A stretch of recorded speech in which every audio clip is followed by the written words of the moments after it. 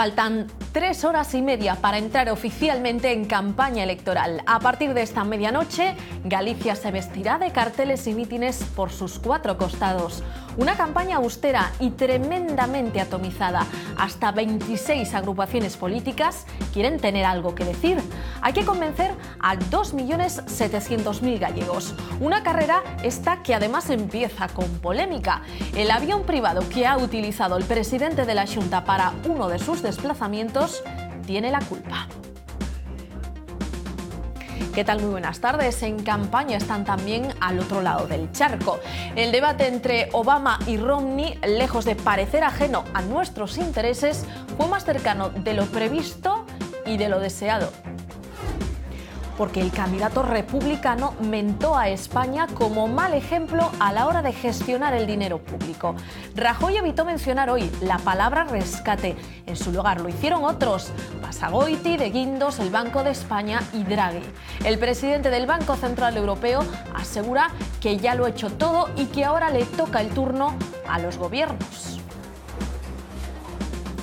Duro espejo en el que mirarse parece hoy Portugal. Nuestro país vecino fue rescatado en abril de 2011 y desde entonces viene sufriendo las consecuencias. La última, una subida del IRPF del 30% tras haberse desechado la posibilidad de rebajar salarios. Una situación que repercute más directamente de lo que podríamos pensar aquí, al otro lado de la frontera. O governo que devia guardar o dinheiro que eu descontei, esse gastou. Portanto, é roubo que me fizeram. Nós, contra as medidas de austeridade, não podemos fazer nada. Temos que as levar a bem, porque se as levarmos a mal também não vai ser fácil. Haciendo la declaración de la renta y todo, trabajamos medio año para impuestos. Los recortes son una fuente de preocupaciones para todos y en especial para los funcionarios de la sanidad pública, un servicio que ya ha sentido la tijera en varias ocasiones. Los sindicatos de enfermeros denuncian que 8 de cada 10 padecen estrés. Se nota que estos recortes influyen mucho en la calidad asistencial y en el estrés de los enfermeros y repercutirá principalmente también en los pacientes. 3 de cada 4 profesionales tiene problemas físicos y psicológicos, están quemados, agobiados, un diagnóstico que repercute en la salud de sus propios pacientes. Más errores y menor calidad asistencial. La imagen del servicio está cada vez peor valorada. Draghi, Barroso, Schulz o Van Rompuy están dispuestos a llegar a donde haga falta para que se respeten sus derechos, los derechos de la población dependiente. Los máximos mandatarios europeos ya han recibido una carta con sus peticiones. Más recursos para simplemente poder vivir como los demás. Hasta el momento han conseguido abrir algunas puertas cerradas. Con su declaración de intenciones esperan recabar algo más. Nuestra demanda es que las instituciones europeas que impongan también condiciones para el rescate de nuestros derechos humanos, porque la recesión ha llegado a nuestros derechos humanos y es una recesión humana.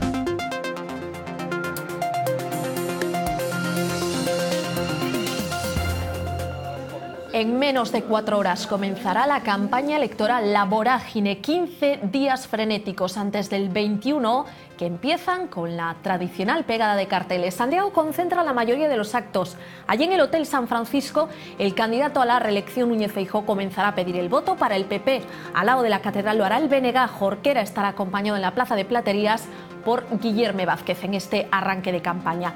También han elegido para el estreno la capital de Galicia, Alternativa Galega de Esquerdas, con Beiras y Yolanda Díaz haciendo un graffiti, y Compromiso por Galicia en la plaza 8 de marzo. El PSOE ha elegido Vigo. Pachi Vázquez pedirá esta noche el voto para los socialistas, acompañado de Óscar López, el secretario de organización del partido, y por el alcalde de Vigo, Abel Caballero. Y por último, en Lugo, los socialistas contarán con la presencia de José Blanco. Rosa Díez, la líder de UPyD, arropará a los suyos en la pegada de carteles de Pontevedra.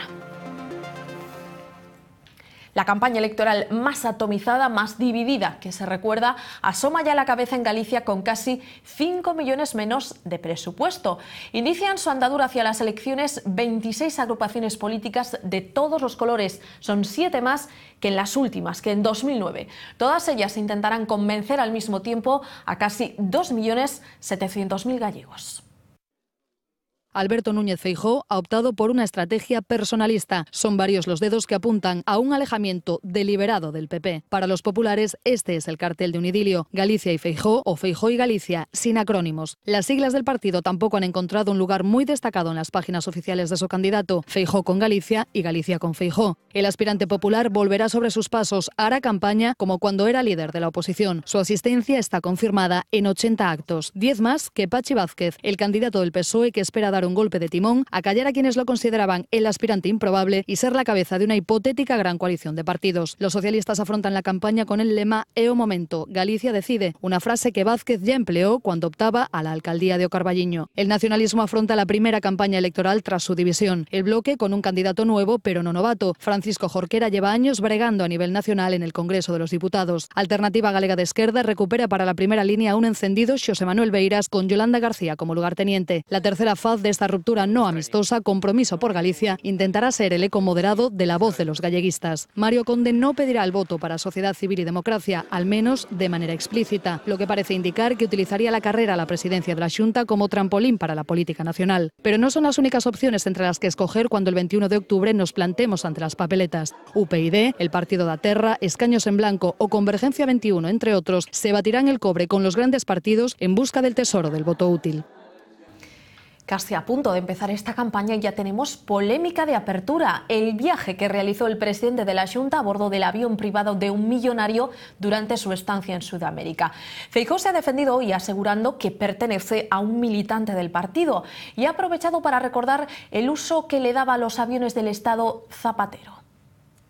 El presidente Feijóo vuelve de un acto de precampaña en Buenos Aires y lo hace a bordo del Pasariño Novo, un turborreactor de 10 plazas, propiedad del empresario José Benito López Carballedo, dueño de una importante firma de fabricación de servicios de limpieza y de una gran explotación agrícola y ganadera. Es un habitual en la financiación de las campañas electorales del PP en Argentina, como él mismo confesó en 2005. Ha cambiado la gaviota por una avioneta privada de un millonario con el que ha hecho campaña por América. Y el implicado se defiende. Así responde Feijóo al uso de la avioneta. Non vou utilizar fondos públicos para facer campañas electorais. Non o fixen nunca. Todos os fondos para acudir a mítines ou a actos do partido teñen que ser fondos do partido ou de militantes do partido. Eso foi o que fixen e eso foi o que seguirei facendo. Non utilizarei fondos da Xunta de Galicia, nin me parece axeitado que outros utilicen avións do Exército ou Falcons para facer mítines. Feijóo asume que se trataba de un acto de campaña, eso sí, fuera de fecha, algo habitual en Sudamérica. Solo unos días de diferencia separó su visita de la del líder de los socialistas gallegos, Manuel Vázquez. La proximidad de la campaña electoral tiene su reflejo en unas calles cada vez más agitadas. Hoy han vuelto a manifestarse ante la Xunta los ganaderos para reivindicar un precio digno para la leche. PSOE y Benegano han querido perder la oportunidad de hacerse visibles en este día. Socialistas y nacionalistas se sumaron a la protesta frente a San Caetano para escenificar su apoyo a un sector que reclama seguir vivo. Los ganaderos piden una solución a la caída de los precios de la leche y se oponen a los contratos homologados que hoy han entrado en vigor. Amenazan con intensificar sus medidas de presión si no llegan pronto las soluciones. Y en Vigo, cientos de funcionarios se han manifestado contra los recortes de salarios y de medios. Una cadena humana de 200 metros, los que separan los edificios de Justicia y Hacienda. Algunos se taparon la boca con cinta adhesiva mientras sostenían carteles que rezaban "O Goberno, quérenos mudos". Se nos quita el 50% del sueldo, se nos suprime, elimina una paga extra, se potencia la movilidad geográfica. Creemos que detrás del Real Decreto del Gobierno del Partido Popular lo que se busca es destruir, desmontar el sistema público. Contra los recortes y contra los presupuestos, los sindicatos preparan ya los detalles de la manifestación de este domingo 7 de octubre y anuncian la posibilidad de convocar huelga general el 14 de noviembre. En ese caso coincidiría con el paro que se va a celebrar en Portugal. Sería la primera vez que en nuestro país se convocan dos huelgas generales en un mismo año. La última tuvo lugar el pasado 29 de marzo. Hoy en Santiago de Compostela, los representantes de comisiones obreras Sociales y UGT han hecho un llamamiento a la movilización. Esperan que los ciudadanos participen en la manifestación, que en el caso de Galicia será el lunes 8 de octubre. Vamos a seguir, nesta dinámica de movilizacións de xeito sostido e permanente, exerceremos e utilizaremos todos os elementos de presión que sexan necesarios para parar esta locura, para mudar estas políticas que están levándonos a absoluta miseria a maioría social deste país. Se o goberno sigue engañando a cidadanía como se está facendo, estamos estudiando calquer tipo de medida entre as que non descartamos baixo ningún concepto a convocatoria da folga xeral. Unha folga xeral que de producirse a nos gustaría que fora coordinada por o conxunto do movimento sindical europeo. Rajoy volvió a evitar hablar de rescate, pero con lo que a lo mejor no contaba es con que sí lo hiciese su compañero de filas, el candidato a la presidencia del País Vasco, Antonio Basagoiti. Y ambos además lo van a ver codo con codo. El Banco de España cree que un segundo rescate no conllevaría ajustes de gasto importantes. Desde Alemania, su ministro de Finanzas considera que se le puede dar más tiempo a quien hace bien sus deberes. Y de guindos, nuestro ministro de Economía desde Londres ha vuelto a negar el rescate. Rajoy aprovecha la presentación de su candidato en el País Vasco para seguir reclamando mayor unidad política, bancaria, fiscal y monetaria en Europa. Una Europa que en este momento pasa por una situación de dificultad y de impasse, pero que yo estoy absolutamente convencido de que muy pronto dará un salto hacia adelante. Lo que no ha descifrado si va hacia adelante o hacia atrás es la petición del rescate. Basagoiti, que preguntó directamente a Rajoy si este afectaría a su campaña, habla por él como si no estuviera delante. Y ahí me dijo el presidente del Gobierno, depende de las condiciones, depende de si son buenas o malas para España. Depende si sirven para que haya mayor liquidez o son condiciones leoninas. No depende de las elecciones ni depende de ningún otro tipo de proceso. A unas horas de que el Banco Central Europeo se pronunciara sobre la ayuda, el gobernador del Banco de España hacía esta advertencia. Existen riesgos de desviación del objetivo fijado para este año 2012.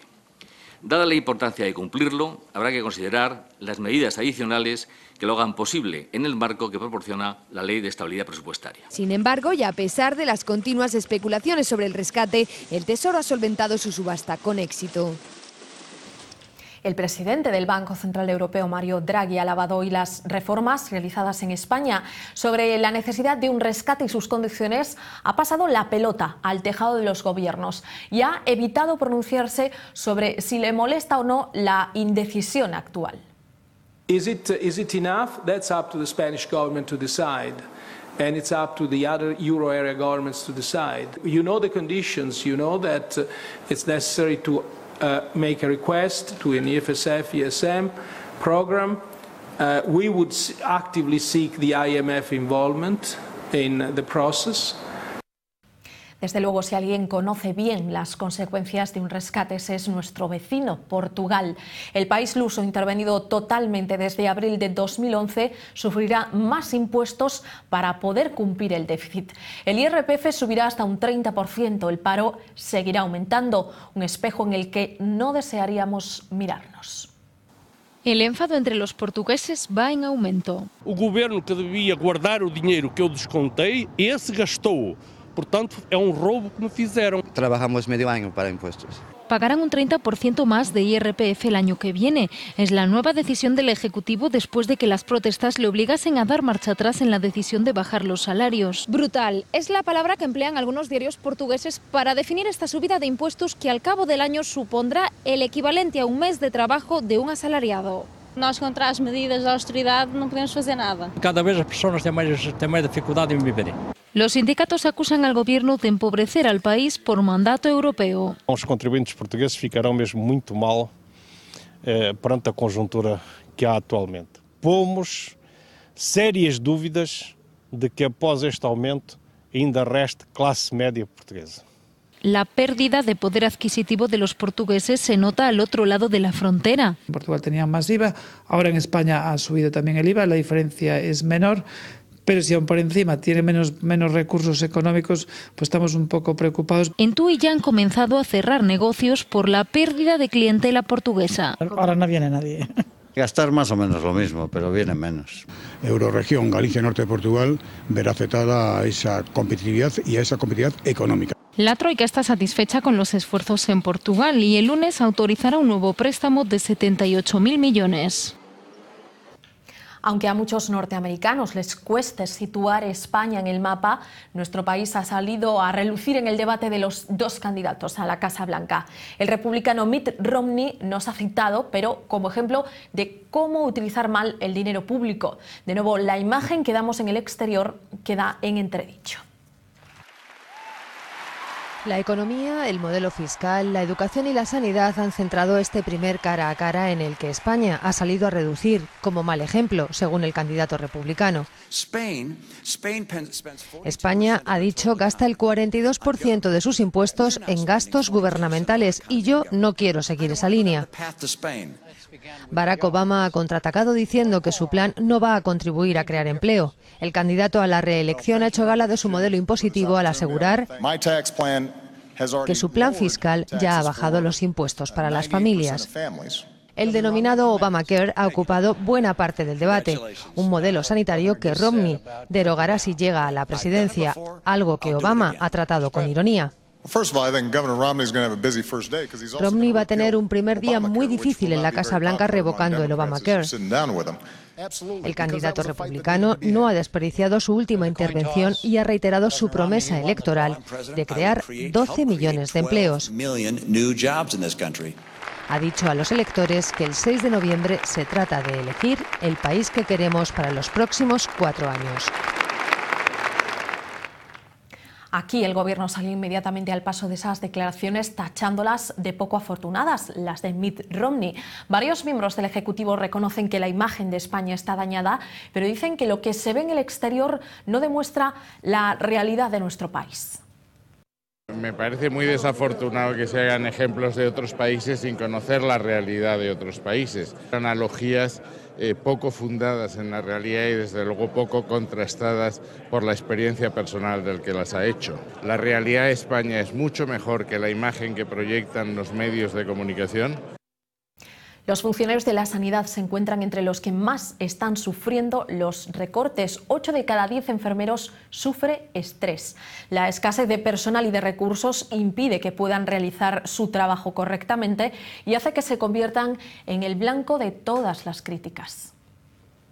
Ningún sector profesional se escapa a las medidas de austeridad que el Gobierno ha puesto en marcha para combatir el déficit, aunque hay un grupo de trabajadores que sufre especialmente los recortes. Un 84% de los enfermeros están estresados y un 62%, si se les pregunta si están quemados, responden que sí. Esta situación que están a padecer estes traballadores que están en contacto directo con pacientes, para eles pode supoñer unha situación de risco psicosocial importante que pode comenzar simplemente por un estrés e pode acabar en derivar en outro tipo de enfermedades ou patologías moito máis graves, ¿no? La situación les afecta en su vida personal y profesional. Más de la mitad de los enfermeros creen que la atención a los pacientes ha empeorado con la crisis. Trabajar con este estrés significa que puede haber más errores y menor calidad asistencial.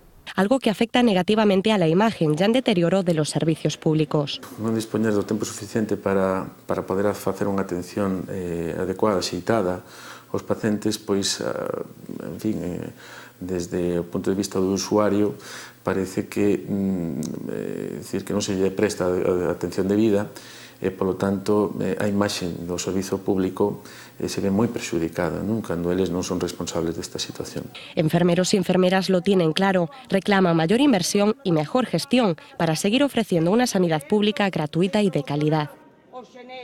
Entre los más preocupados por esos recortes está también el colectivo de los dependientes. La Asociación para la Vida Independiente ha decidido moverse y reclamar medidas urgentes. Han acudido a Europa y han escrito 4 cartas en las que denuncian que se está atentando contra los derechos humanos. Estas son las cartas de la esperanza, 4 cartas que han hecho llegar a los máximos mandatarios europeos como una llamada desesperada ante lo alarmante de su situación.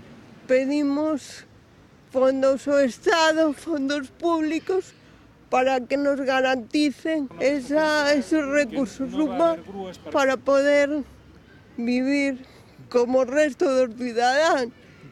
vemos que o pouco que hai o van a recortar. Hemos dado este paso porque ni en las comunidades, ni en los ayuntamientos, ni en la propia España vemos una solución clara. Si el relato de Europa se basa en el mercado y en los derechos humanos, queremos que funcione la parte de derechos humanos.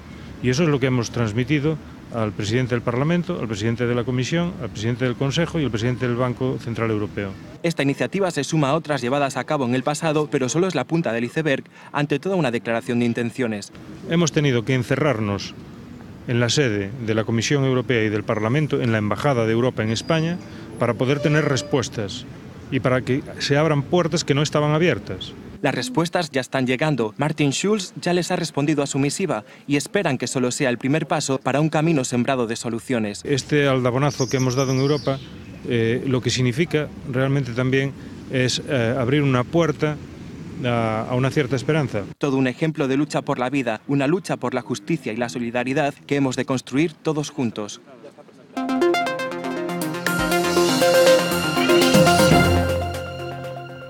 Los convocantes de la manifestación Rodea el Congreso del pasado día 25 de septiembre no cometieron ningún delito contra las instituciones del Estado. Así lo ha concluido el juez Pedraz, que ha dejado en libertad a los 8 organizadores de la concentración. En un auto muy duro con los políticos y la policía, Pedraz recuerda que esa convocatoria se enmarca dentro del derecho a la libertad de expresión. Me estáis rodeando. Ahora hasta se pueden permitir bromear con lo ocurrido. Han quedado en libertad sin medidas cautelares. El juez de la Audiencia Nacional, Santiago Pedraz, considera que los 8 organizadores de la marcha Rodea al Congreso del 25 de septiembre no cometieron ningún delito contra las instituciones del Estado. Así se lo comunicaba después de tomarles declaración esta mañana. Salían triunfantes y entre gritos de apoyo de decenas de personas.